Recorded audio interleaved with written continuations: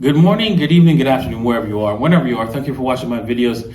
I'm here to do my news rant sort of like thing here and explain fundamentally why is this possible? Shouldn't Bitcoin be going higher, not lower?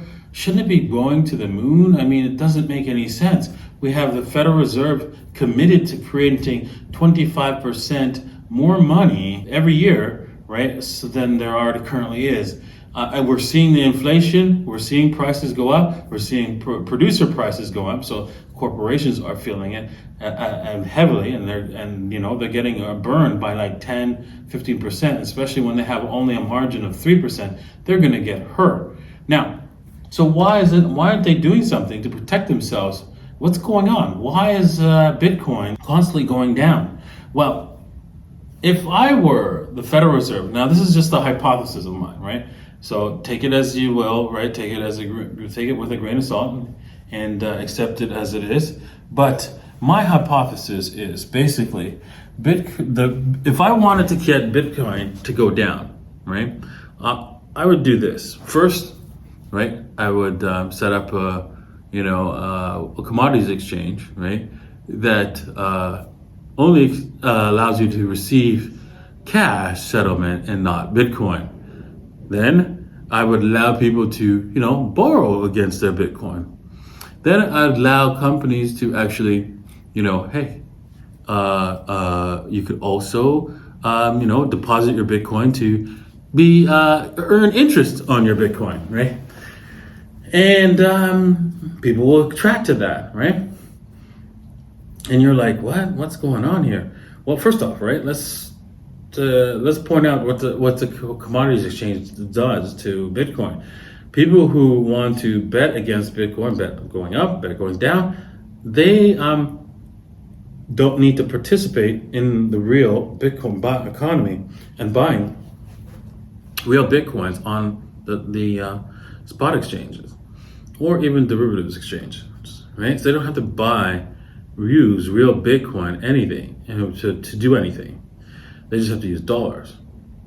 This improves the dollar position because now you're not touching Bitcoins and you don't require to have Bitcoins in effect, right? So this helps dampen the price moving up. It doesn't do it all, but it helps. Next is let you earn interest on Bitcoin, and I'll borrow those Bitcoins, right? So if I was the Fed, I'd get people to deposit their Bitcoins and make sure that corporations, right, do this and provide these Bitcoins so that they can use them to trade or actually dump the market whenever they want to. Now think about this. You're the Federal Reserve. You're thinking, well, what happens if you're wrong? What happens if you lose? Yeah, let's think about what are consequences if the Federal Reserve loses on this bet. They just have to pay you cash. Where do they get the cash? Beep.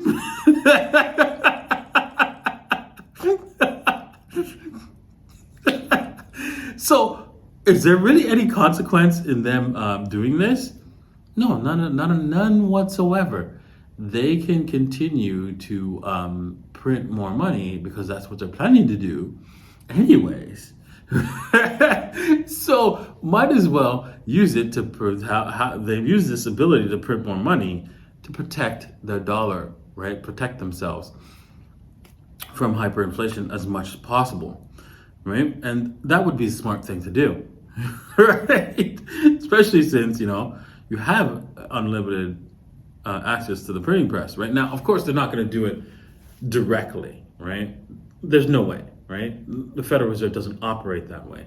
They would have lots of other companies in between that would manage this and actually incentivize. They put things in place to incentivize people to actually do this for them so that they wouldn't have to take up losses if they have to print more money as much as they possibly can. But then there will always be, corporations that go, no, I'm not doing this unless you give me a guarantee.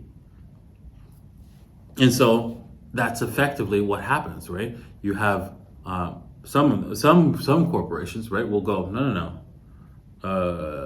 You want me to do this? You're gonna cover my back. How do I know that this is possible? Well, back when J.P. Morgan once was in control of the Bear Stearns, right? Bear Stearns, when it collapsed, it turns out, we find out that Bear Stearns was controlling the silver market. It was a company that was controlling the silver market and actually had a whole bunch of shorts in the silver market. Now, I can give you all that evidence, but it's a lot of it there. But it was clear that the Bear Stearns was part of it. And then JP Morgan took over Bear Stearns short positions, but only if the Federal Reserve backstopped it. So they were dumb. They were dumb. And so they were very clever with that, right? So, there will always be someone out there smart enough to say, hey, you know what? I'm not doing this unless you're backing me up with your printing press. So that's always going to be, I don't know if they're doing that, right? I don't know that. This is, again, all of this is my hypothesis, but it makes perfect sense when you think about it, right? When you think about it, it does make sense.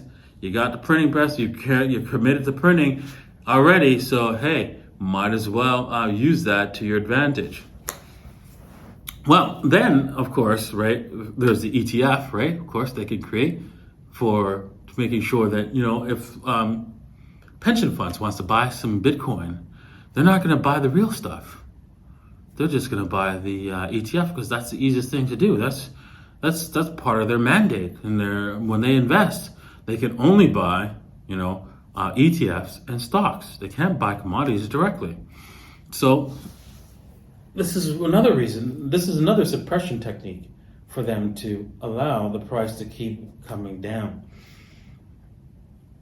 Now, I think the biggest one right now is the biggest suppression technique is the one where they get to basically take your money that you're lending to them, your Bitcoins that you're lending to them, and give it to companies that were going to short the market. The next thing that allows them to suppress the market, of course, is the fact that they allow us to borrow against our Bitcoin, our cryptocurrencies. And you're like, what?